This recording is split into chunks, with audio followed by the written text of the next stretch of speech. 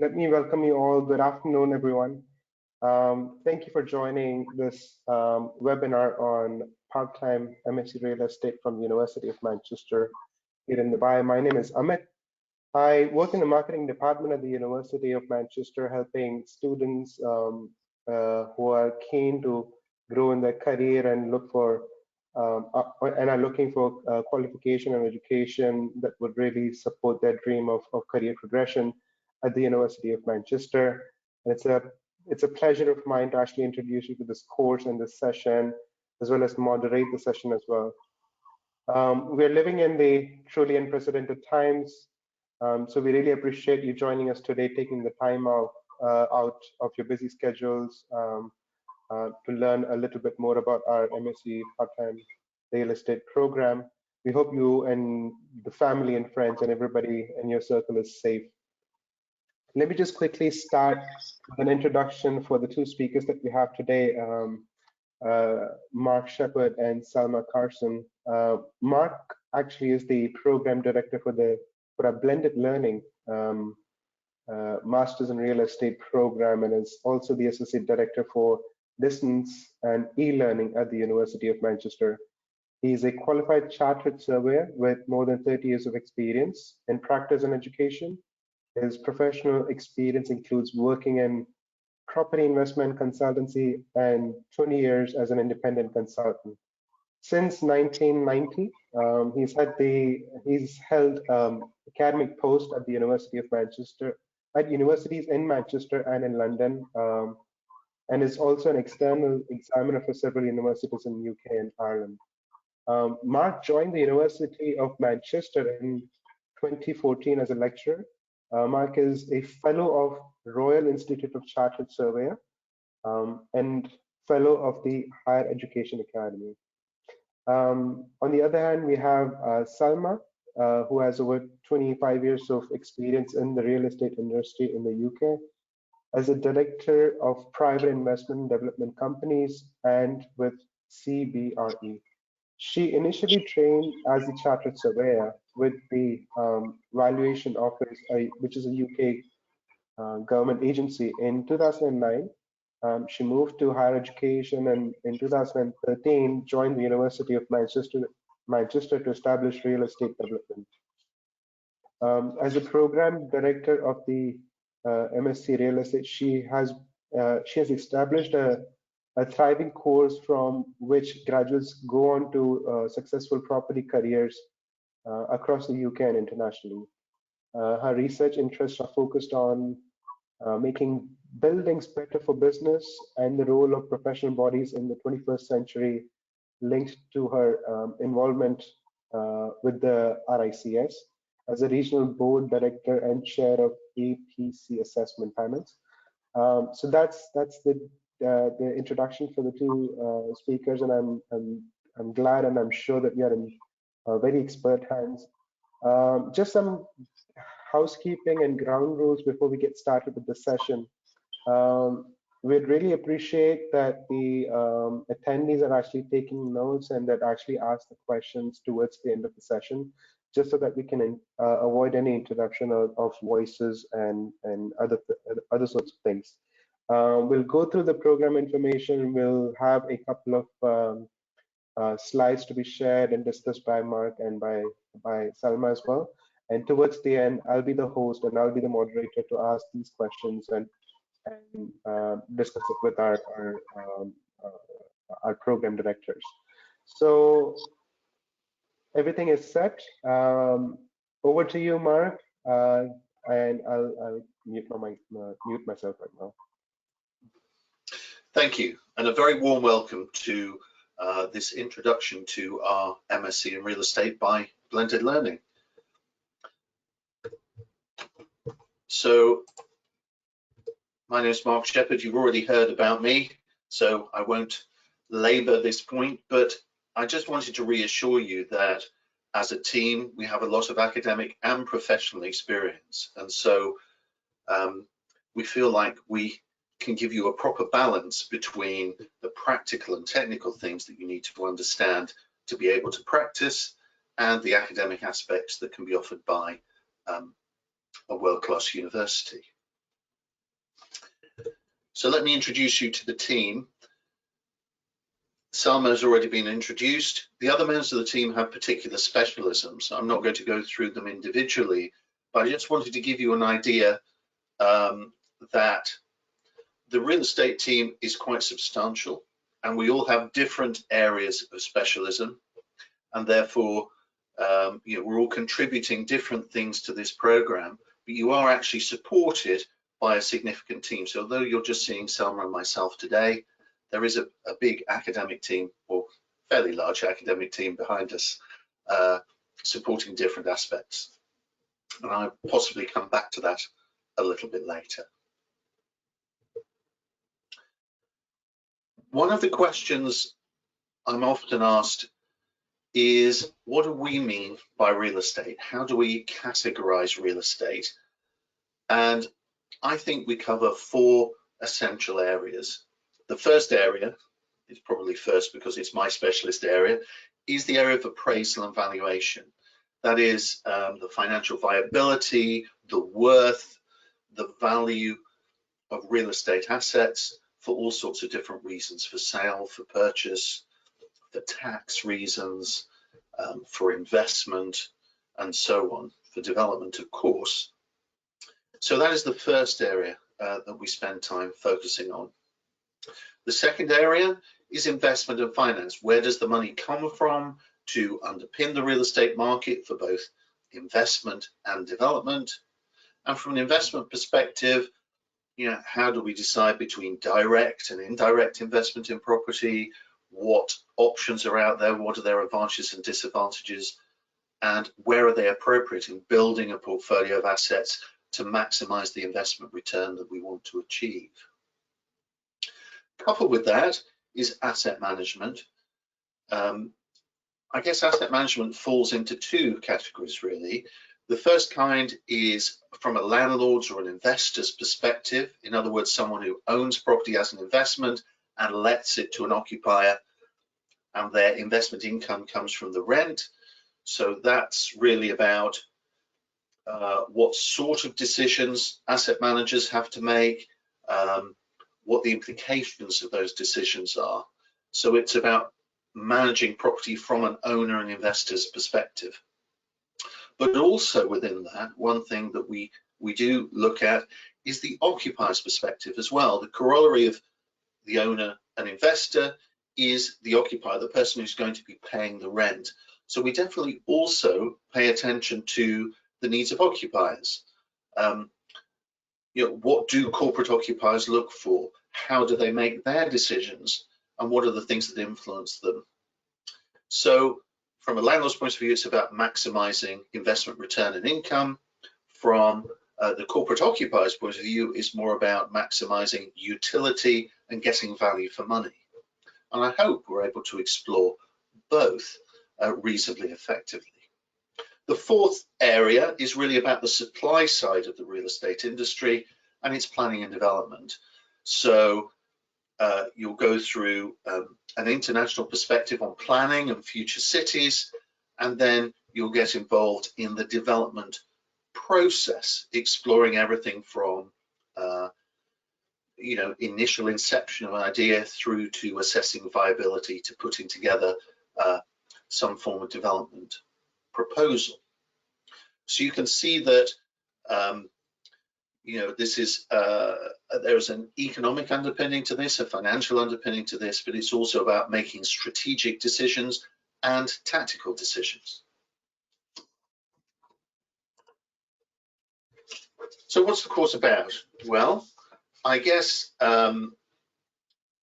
this kind of sums up some of the key issues about our particular course. We're very conscious that we want to combine academic excellence with transferable skills that you can apply to the property industry if you're already working in it. We try and have an international perspective. So we try not to make it too UK centric. So I want to reassure you on that, given that we're delivering it out of a UK based university. And it's designed as what I've described as an intensive fast track course satisfying the academic entry requirements of the Royal Institution of Chartered Surveyors, or the RICS. The idea of that is it's an opportunity to not just gain an academic, but a professional qualification. And it gives you the academic requirements, the academic qualifications you need to enter into the profession as well. And I think, it provides quite an academically rigorous program of study at, a good Russell Group university.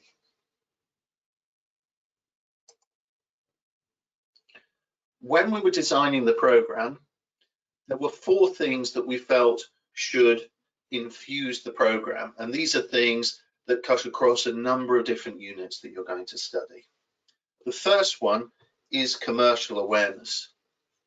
So yes, this is an academic program, but we also want to give real-world examples, practical examples, and things that we've encountered or we know you will encounter when you're applying your knowledge and skills in the real world. So we try to tie it into the real world as much as we can. Secondly, we're conscious that real estate is a global business, that the real estate market is not confined necessarily to individual geographical jurisdictions. So where we can, we try and step back and take a global view, or at least to help understand the interrelationship where a number of large organizations might have real estate assets in a number of different countries around the world, and how do we deal with those larger international portfolios. Clearly, sustainability is a high visibility topic at the moment, and we're aware of the impact that attitudes towards sustainability and corporate social responsibility have on the real estate market, and equally the impact the real estate itself has in terms of its sustainable credentials. So again, these areas will appear as you study the program. And I think the bottom one we felt was really important. It's the idea that although you study a number of different units with different titles, we planned for and expect there to be synergies between those units. So although you might study, for example, something about real estate markets in the first unit that you study, when you move on to property valuation, we might be referring back to what you've learned in real estate markets, but applying it in a slightly different way or a slightly different context. So although you study a group of units, there is a narrative, a clear thread, a clear connection between those units as you study them. So what type of graduates are we looking to produce, if that's the right word? Well, we hope that you will understand the role of real estate, both within society, in business, and to the end user, so that you'll understand the impact of real estate on all the stakeholders involved in or with real estate. I think also it's important to understand both the short-term tactical decision-making that has to take place, but also about making those long-term decisions, taking that long-term perspective. After all, real estate is generally considered to be, a long-term investment. It lasts a relatively long time. So how do we tie in our decision-making between the relatively short-term business cycles and the relatively long-term real estate cycles? So we hope you will understand that and appreciate some of the key elements of that during the course. I'd like to share with you a couple of testimonials. Now, the Real Estate by Blending Learning course is relatively new. So we haven't actually had our first graduates yet, but the campus-based program has been established for some years. I'll tell you more about that later. But I just wanted to give you an idea of what some of the students are saying about our real estate programs, because they are our best ambassadors, and they have some very positive things to say, as you might expect. So for example, George here, I think the thing that strikes me about his testimonial is he says it gave him the practical experience, industry knowledge, and the opportunity to become RICS accredited. So it gave him the key things that he needed. It gave him practical understanding as well as the academic knowledge, and it was his stepping stone towards becoming a chartered surveyor. If we look at Jess, she went into the asset management side of things that we were talking about earlier, and she highlights current market research strategies as one of the key elements that she felt really contributed to her ability to perform in her new role. But I do like her advice, that it's important for students to keep up to date with the industry, and we do encourage you to do that. But as she says at the bottom, we are here to support you. You may be blended learning students, you may be studying some of the time, most of the time at a distance, but we're here to support you. Okay, so let me tell you a bit about RICS accreditation. I want to cover this in two parts. Firstly, about how the course is accredited, and then about how you become a chartered surveyor. So this first bit then is just to help you understand where this course, the Real Estate Blended Learning, fits within the RICS portfolio as an accredited program. So the RICS accredits institutions rather than individual courses, and the University of Manchester is and has been for some years recognised as an accredited university partner, which means that their portfolio of existing courses is accredited by the RICS. 2 years ago now, well, a year and a half ago, we were subject to scrutiny of the blended learning program in order for that to be added to our portfolio of RICS accredited programs, and that was officially confirmed in November 2018. So the program is fully accredited and is also, just to reassure you, accredited for delivery both in the UK and internationally in the format that we have here. What you're probably more interested in perhaps is how you qualify as a chartered surveyor. So in addition to obtaining an MSc in Real Estate from the University of Manchester, this sets you on the path towards qualifying as a chartered surveyor. So the first box, if you like, the first point is ticked. The second thing is that normally you would complete at least 24 months of what's described as structured training. I would summarize this as supervised experience, on-the-job training, and continuing professional development.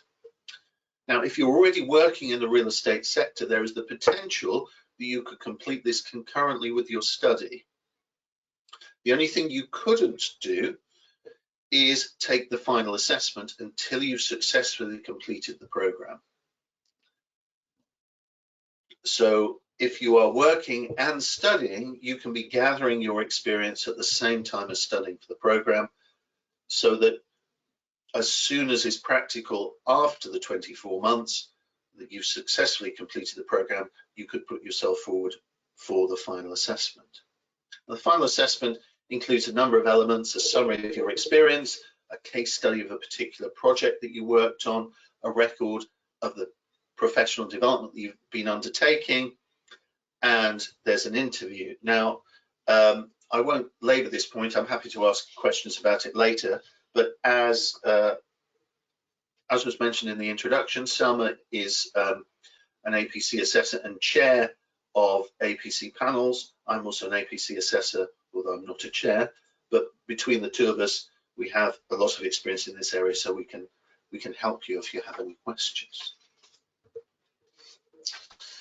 So I said I'd come back to our existing program just so you understand our real estate credentials.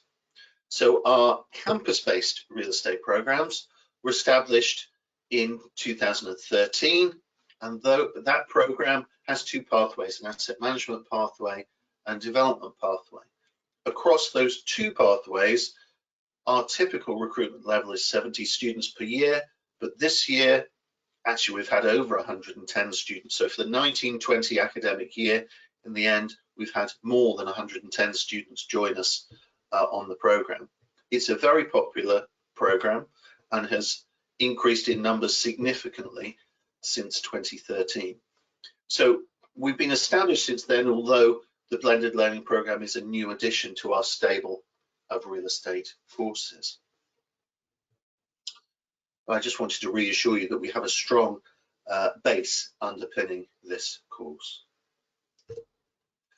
So, how does the program work? Well, broadly speaking, there are three elements. You study 6 core or compulsory units, 1 optional unit. You get a choice of 1 from 3 at the moment, and there's a 40-credit project-based inquiry, a research report. It takes a minimum of 24 months to complete. You can potentially complete it over a longer period with agreement, but you wouldn't normally be able to complete it in less than 24 months.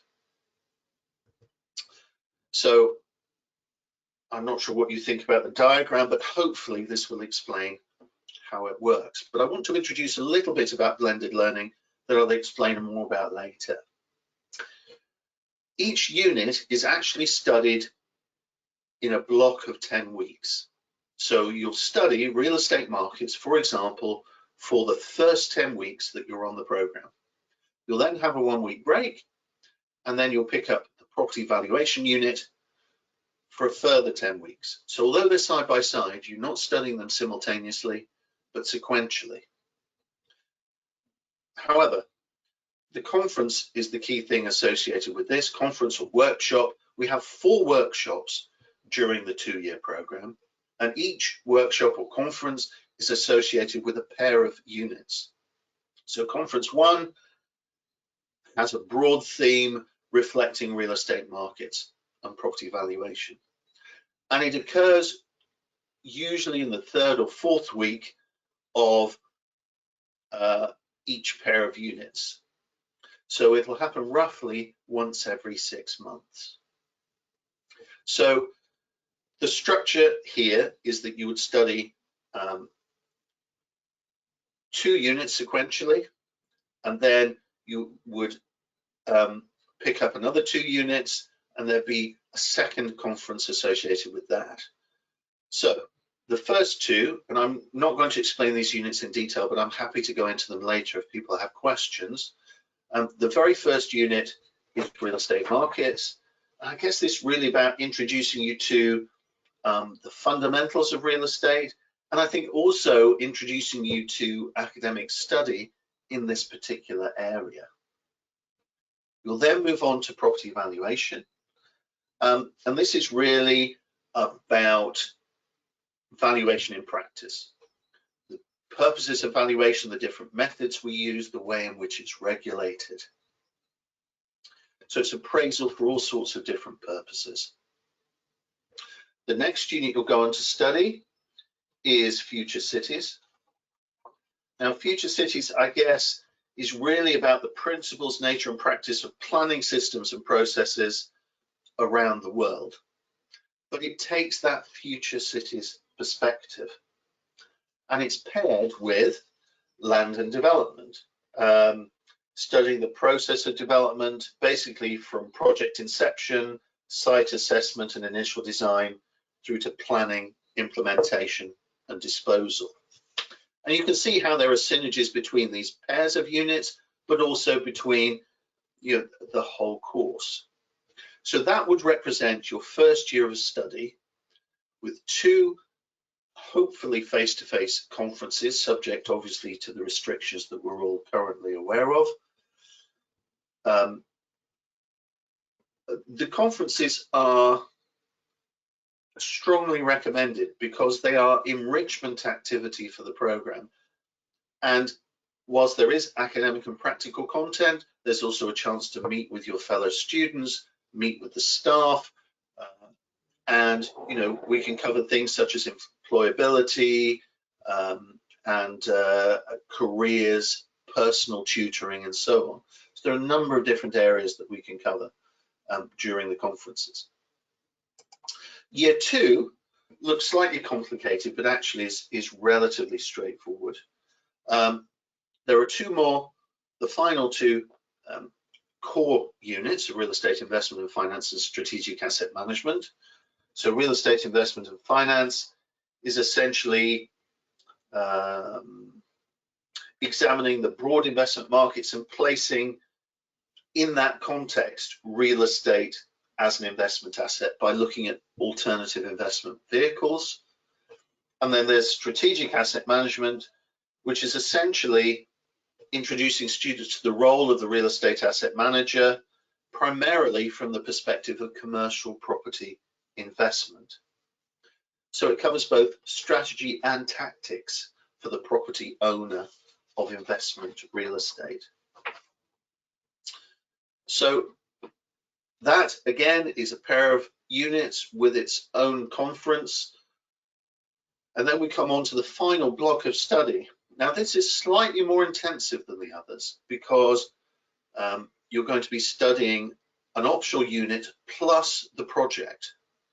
So the total size, if you like, of each unit thus far is 20 credits. The option is 20 credits, but the project is 40 credits.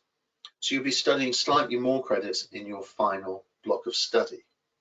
So the options currently are 3 units: real estate law in practice, which is, I suppose, quite UK centric inevitably, but is particularly designed for those who are going to practice in the UK, does have some international perspective. Real estate modeling, which is essentially the financial analysis of markets. I knew I'd forget how to describe this, so I did write myself some notes. Right. So it's designed to train students in conducting applied quantitative research in real estate, housing, or planning contexts. It's not my subject, it's delivered by one of my colleagues, thank goodness. It's a very quantitative numerical subject. Or there's corporate real estate project, which is actually one of my subjects, and it's essentially gives you the opportunity to undertake what I would describe as a professionally relevant project involving both team and individual work, looking at real estate from the occupier's perspective. You know, the relationship between organizational strategy and organizational and corporate strategy with real estate strategy. Sorry, I don't want to overemphasize that. But so that is coupled with project-based inquiry. So let me tell you a little bit more about that as we move on. So one of the questions I commonly get asked is, what is blended learning? And I guess the best way to describe it is it's a mixture of online learning and face-to-face teaching, hence the combination of web-based material and the face-to-face conferences that we will run twice a year. So the online material is broadly structured week by week, but you can still learn at your own pace. So you might be busier some weeks than others, so you might emphasize your time differently. The only fixed deadlines, in essence, are the assessment deadlines. But the advantage is, you know, we also have the conferences, so it's a chance to meet the tutors, to study and network, and do it in a face-to-face way. And as I say, attendance is expected. I think we'd expect most students to attend unless they have a really good reason for not doing so. So let me tie this into the study expectations. So all of the taught units, that is the 6 core units and the 1 optional unit, they're all 20 credits. And technically 20 credits represents approximately 200 hours of study. With a project-based inquiry, that's 40 credits, and perhaps unsurprisingly, represents approximately 400 hours of study. Now, for each taught unit, it takes place in a 10-week block, and broadly speaking, there are 8 weeks of taught material, 2 weeks to work on the final assessment, and the final assessment usually constitutes at least 50% of the mark for the entire unit. And of course, I've already talked about conferences, although I'll come back to them again shortly. So, a common question I get is about assessment. So I just want to reassure you that the assessment is 100% coursework. There are no formal unseen exams, and that all assignments are submitted online. There are no written examinations, but that 1 or 2 of the units do have small online tests. Otherwise, the assessment that you do varies from unit to unit. So there's a combination of essays, reports, blogs, and wikis. We try and get you using different tools, but the most appropriate tool for the particular kind of assessment that we're going to cover. Normally, but not always, there are 2 assessments for each unit, but sometimes there are more. You'll be able to find information about that on the website, or I can answer your questions later if that would be helpful. So let me tell you about the project-based inquiry. This is the 40-credit project work that you have to do essentially at the end of the unit. And you study it.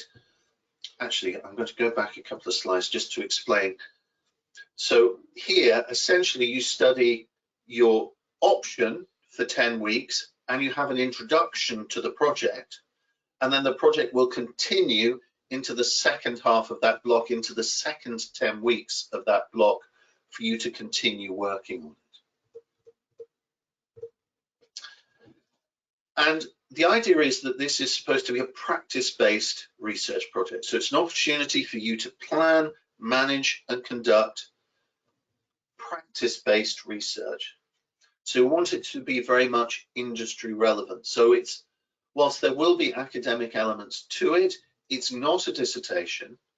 It's, our normal dissertation is 60 credits in nature, but it's also designed to be more practice focused than a traditional dissertation. And you get to select, identify, and work up a proposal on a topic of your choice. So you could choose anything connected with real estate, and there'll be regular tutorials to support you through that process.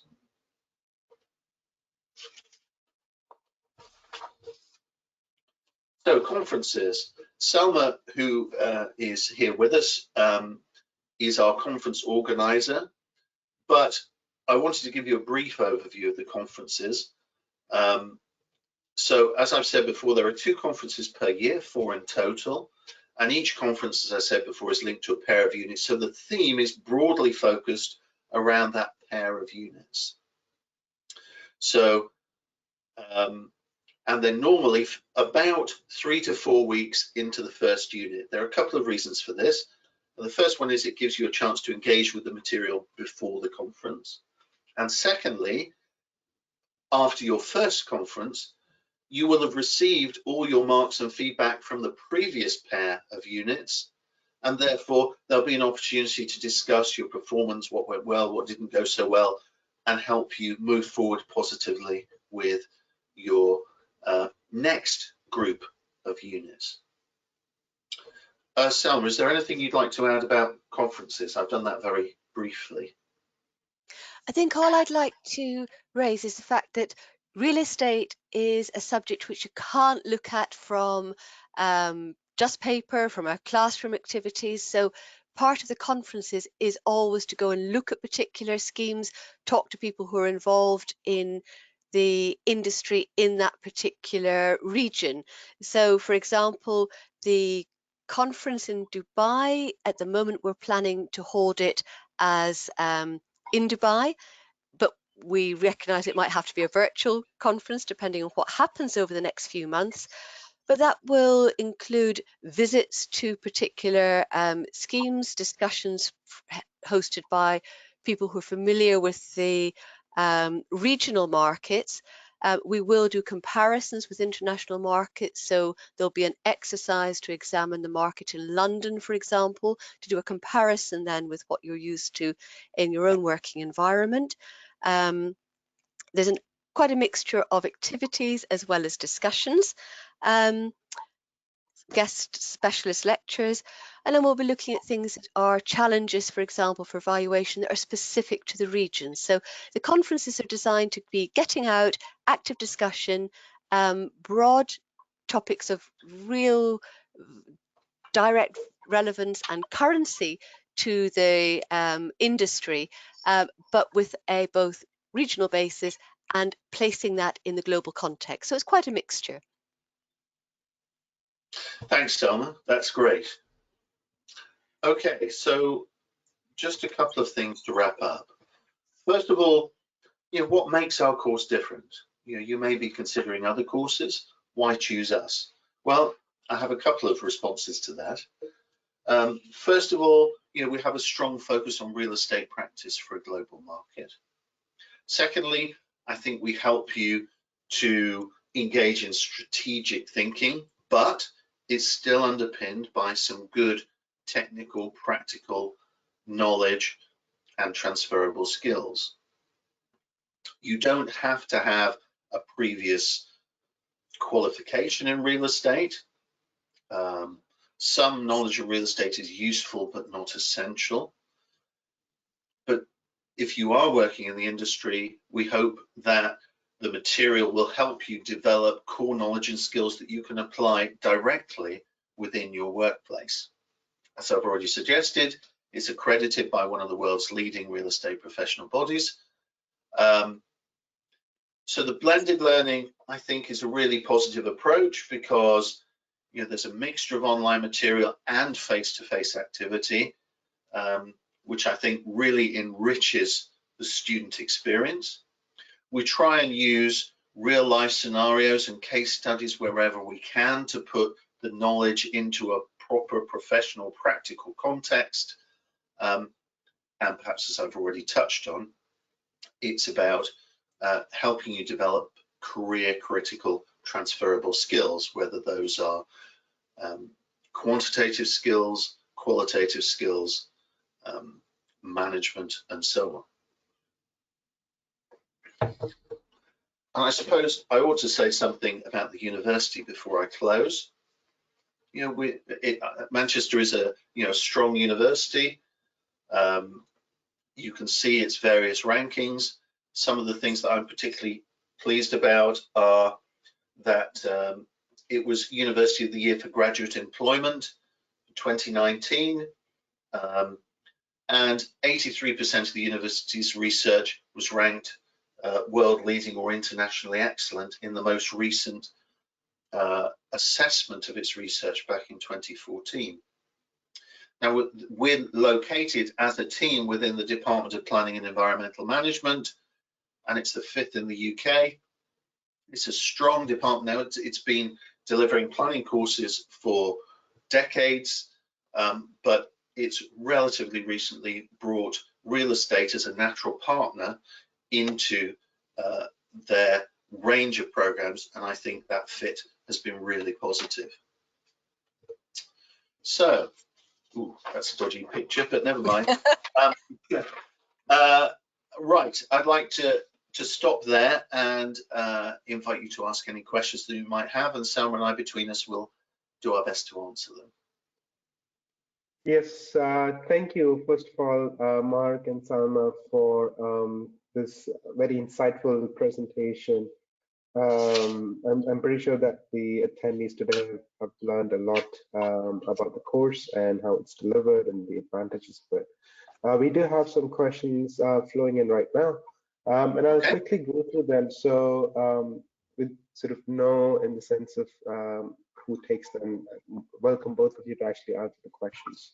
The first one that I have is asked by somebody who actually already has a master's qualification, an MBA degree, in fact. And so they're asking that with my MBA degree, plus I have a 15-year work experience you think this program can add any benefit or advantage in terms of growing within the real estate sector or understanding the sector better?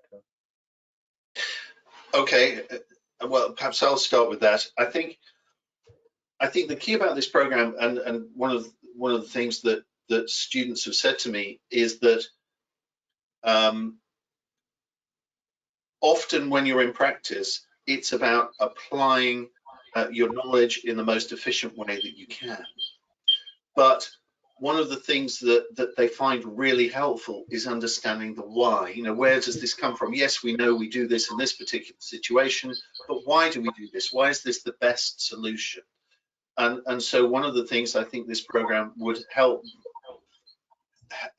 an experienced applicant is giving them that academic rigor, that framework of knowledge that would help underpin that decision making, and I hope make them a more confident and effective decision maker. Perhaps I could just add to that. Yeah, if I could absolutely. just add, we have a number of people who are on our blended learning program at the moment, some very experienced, and they were really wanting to get that breadth, and particularly in international context. So it is expanding from what Mark has said. Often you get very focused on doing one element of it very well, but not necessarily being able to move within your firm or to another firm to do something slightly different. So this gives you that breadth of knowledge, or also allows you to continue to do what you're doing, but to do it better and to understand things more broadly. I think cross-border investment is something that's very important, and we study that in real estate markets. So you might be very experienced in what investors are looking for, or developers doing in one particular aspect of a market. It might be the residential letting market in your particular cities or regions, but understanding how do you attract a broader investment base? What do international investors want? What has to change in order to get more cross-border investment in, for example, or looking ahead, what actually is working from a sustainability perspective? What ideas could you bring into the work you're currently doing, the projects you're currently working on? And very much sharing ideas between different participants. So I think it is that breadth and broader context, and sometimes greater analysis. Another of our current students works for one of the leading real estate investment trusts and is focused very much on the financial appraisal side. And for her, it's been understanding what she is doing in the broader context, because she is so focused on doing her own analysis very thoroughly that she doesn't get the opportunity to see the broader context. So I don't know if that helps. Thank you, great. And I think it's this point can then be followed up on the next question that I have is about job openings and sort of the future career options that would be available once the program is completed. So what are some of the job posts or roles that you see people getting into after completing this program? Okay, well, in some ways, actually, let me just show you. Just bear with me 1 second while I find the right slide. So at the very beginning, I was discussing what we meant by real estate, and I can confidently say that our students have gone into all of these areas. So which I guess is rather a general answer, so I will make it slightly more specific. So the common destinations for our students, common career paths involve for larger international consultancies, working in a range of these different areas, or working for particular organizations specializing in particular aspects. Asset management has been a particularly popular destination for a large group of our students, as has planning and development.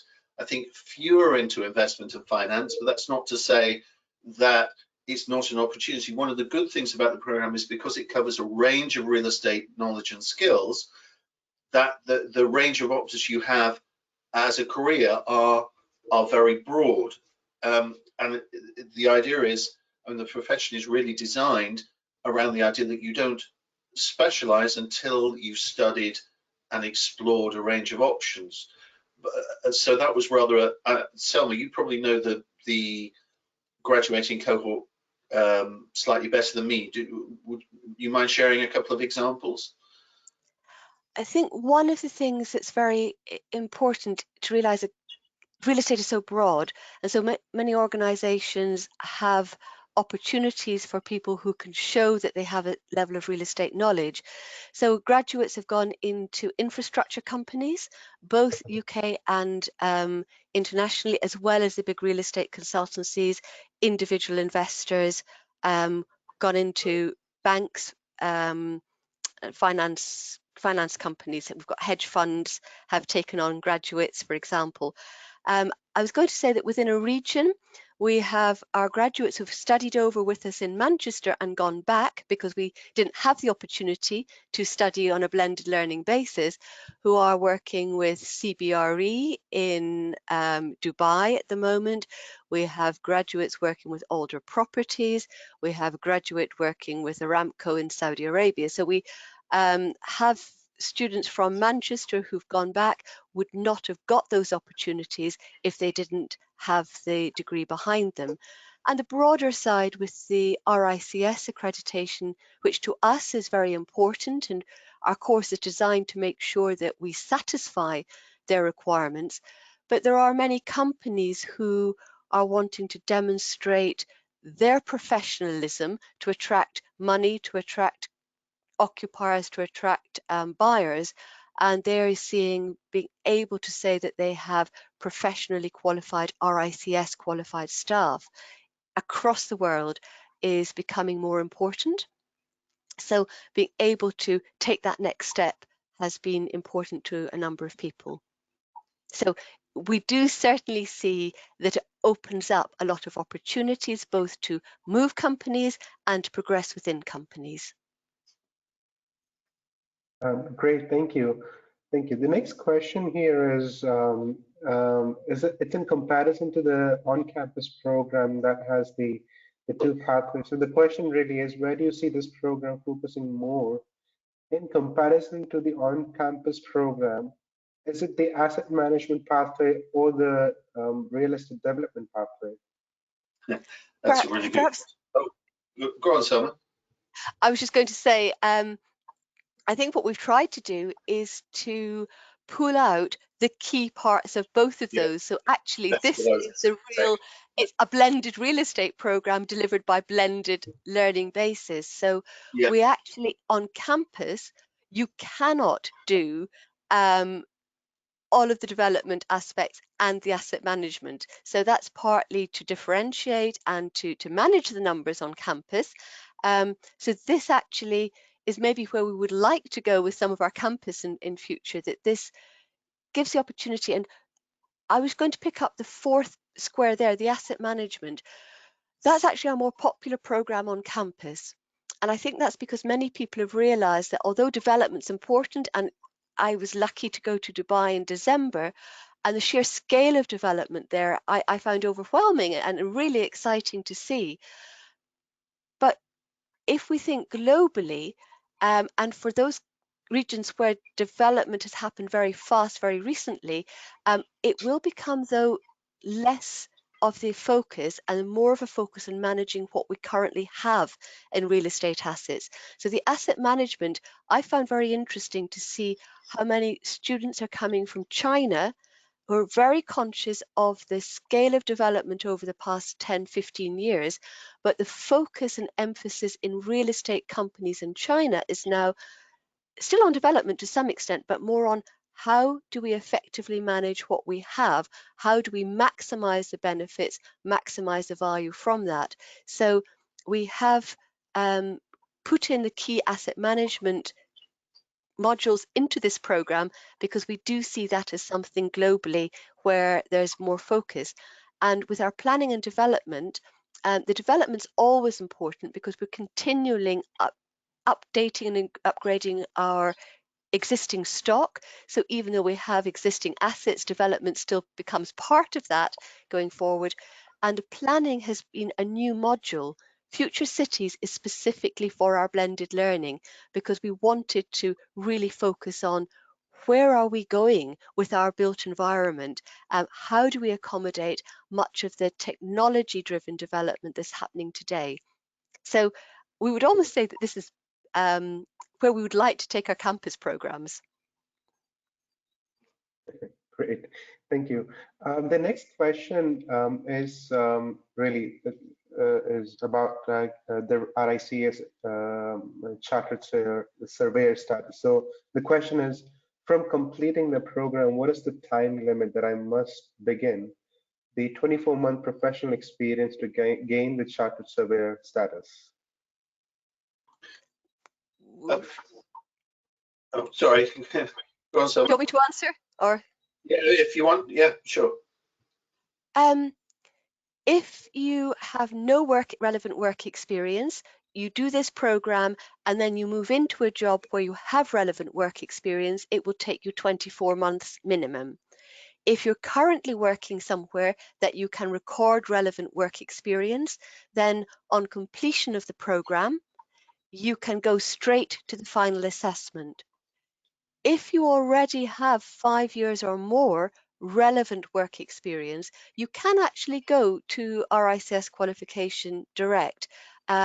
But what the study helps you do is put you in a stronger position for being able to identify your level 1 competency knowledge across a number of defined competency areas. You have to decide which is a key route, which pathway you're taking, which competencies within that you are going to choose as your specialism to show that you've reached a particular level of ability and experience in.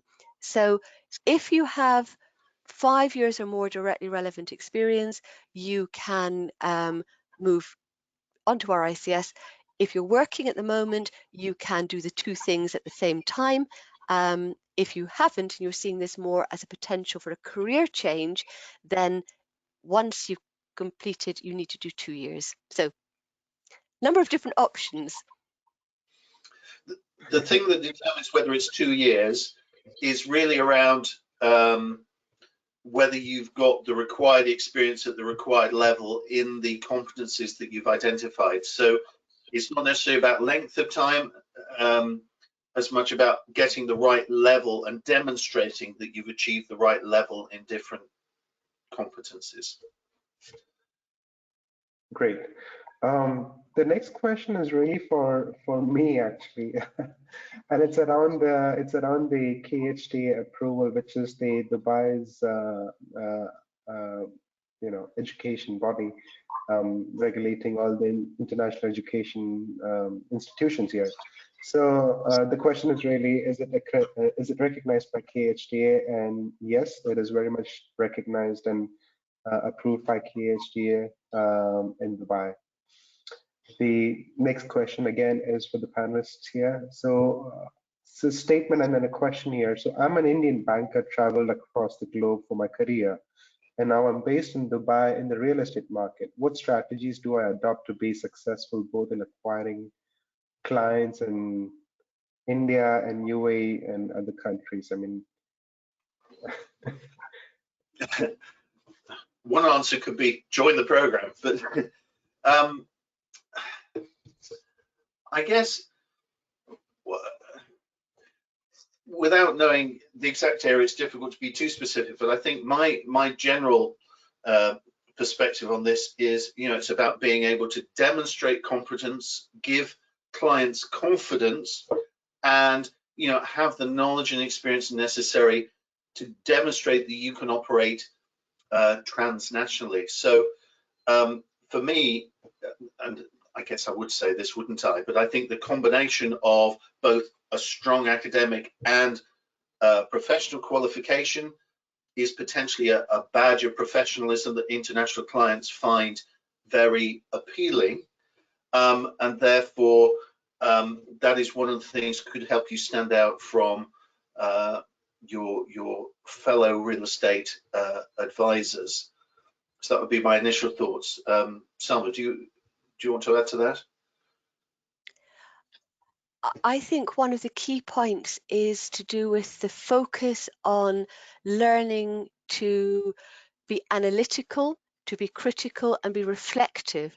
Because I think the question showed a very good point about we cannot all be expert in everything that clients are going to expect from us. So it's learning what we have to know and pick up very quickly, working in different parts of the world, so that we are giving the right advice.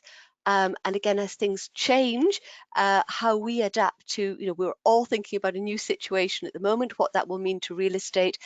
We can't say it will affect real estate the same way in every market, because markets respond in different ways. And if I was thinking about working in a bank and having to advise a number of clients across the world, I have to understand the institutional framework of where they're working in real estate, what the drivers are, and the program here will introduce you to a number of them, but also what are the key bits, so you know what you need to go and identify before you can advise a client in a different market. And very simply, going back to what happened earlier in my career in the UK, I've always worked in commercial property, but suddenly we started to get much more mixed use development, and we have completely different structures and markets around residential and commercial property. So suddenly it was thinking we actually need to understand the differences, because we cannot just carry on advising people in the same way. So it's being alert to all the global mega trends, which we study, and then thinking about what does that mean for real estate practice. So I think it's an attitude to reflective analytical practice.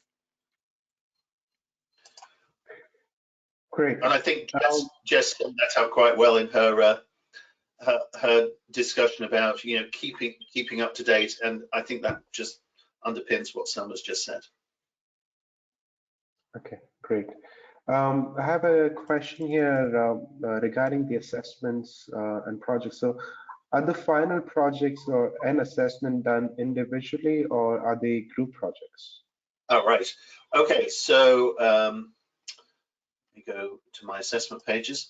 So the answer is the majority of assessments are individual, and the final project is entirely individual, but some of the units have small elements of group assessment. So, for example, the unit that I run, which is property valuation, or one of the units that I run anyway, property valuation, there is a small group project to kick the assessment off, which is about analysing comparable evidence, but each member of the group analyzes their own individual piece of comparable evidence, and then it's put together. So there are small amounts of group work within the overall, but they will certainly be no more than 25% of the overall mark, and they don't occur in every unit. As far as the project is concerned, although we talk about group tutorials, that's really about support, to ensure that you're not just getting tutor support, but you're also getting peer support, so that so that people are asking questions in an environment where others might benefit from the feedback that they get. But that doesn't mean it's a group piece of work. It is definitely an individual piece of work, just that some of the support will be in a group setting. Great. Just two more questions here really. Is the requirements in order for applying for the courses? So the people want to know about what are the minimum requirements. Okay, so normally the minimum requirement is a what we would define as a 2-1 qualification in a recognized undergraduate degree program or equivalent, or a degree ideally, but coupled with a professional experience. We may, in exceptional circumstances, consider someone without a degree if they have significant high-level professional experience, but the standard default is a 2-1 or an upper second-class honours degree or equivalent in any subject. One of the things I should say is, because this is described as a conversion course, it essentially takes students from from many different disciplines, and therefore there is not a prescribed group of subjects from which our degree pool is collected. Anybody with a degree in any subject at the required level would meet, would not, as long as it's recognised by the university, would meet the requirements. But if the academic requirements are not quite met, then experience may tip the balance in an application. Great. And the last question really is, again, for me, or really for the Middle East Center, is around the fee, the cost of the program. The total cost of our MSc Real Estate part-time is 21,000 British pounds. This is all payable in installments of every 6 months. After this session, or really tomorrow, you'll be receiving the information about the program, as well as our course counselors will be in touch with you shortly to discuss about your aspiration and your needs, and go through your personal questions more in detail as well. In the chat box, I can see a lot of questions that are very circumstantial and relates to sort of their own particular profile, which I think is best to be sort of dealt with individually, and we can come back to these questions individually from our audience as well. But for now, I think these are the many questions that we had. Again, thank you to our panelists, Mark and Selma, for sharing the insightful information, and thank you for taking the time. And thank you, attendees, our audience, for taking the time to learn, to attend the session and learn more about our course, and the impact it might have in your careers when you're looking at real estate as your future career opportunities. So thank you. We'll be signing out. It's almost time to log out, but we'll be in touch shortly. Thank you very much. Thank you. Thank you, everyone. Bye-bye.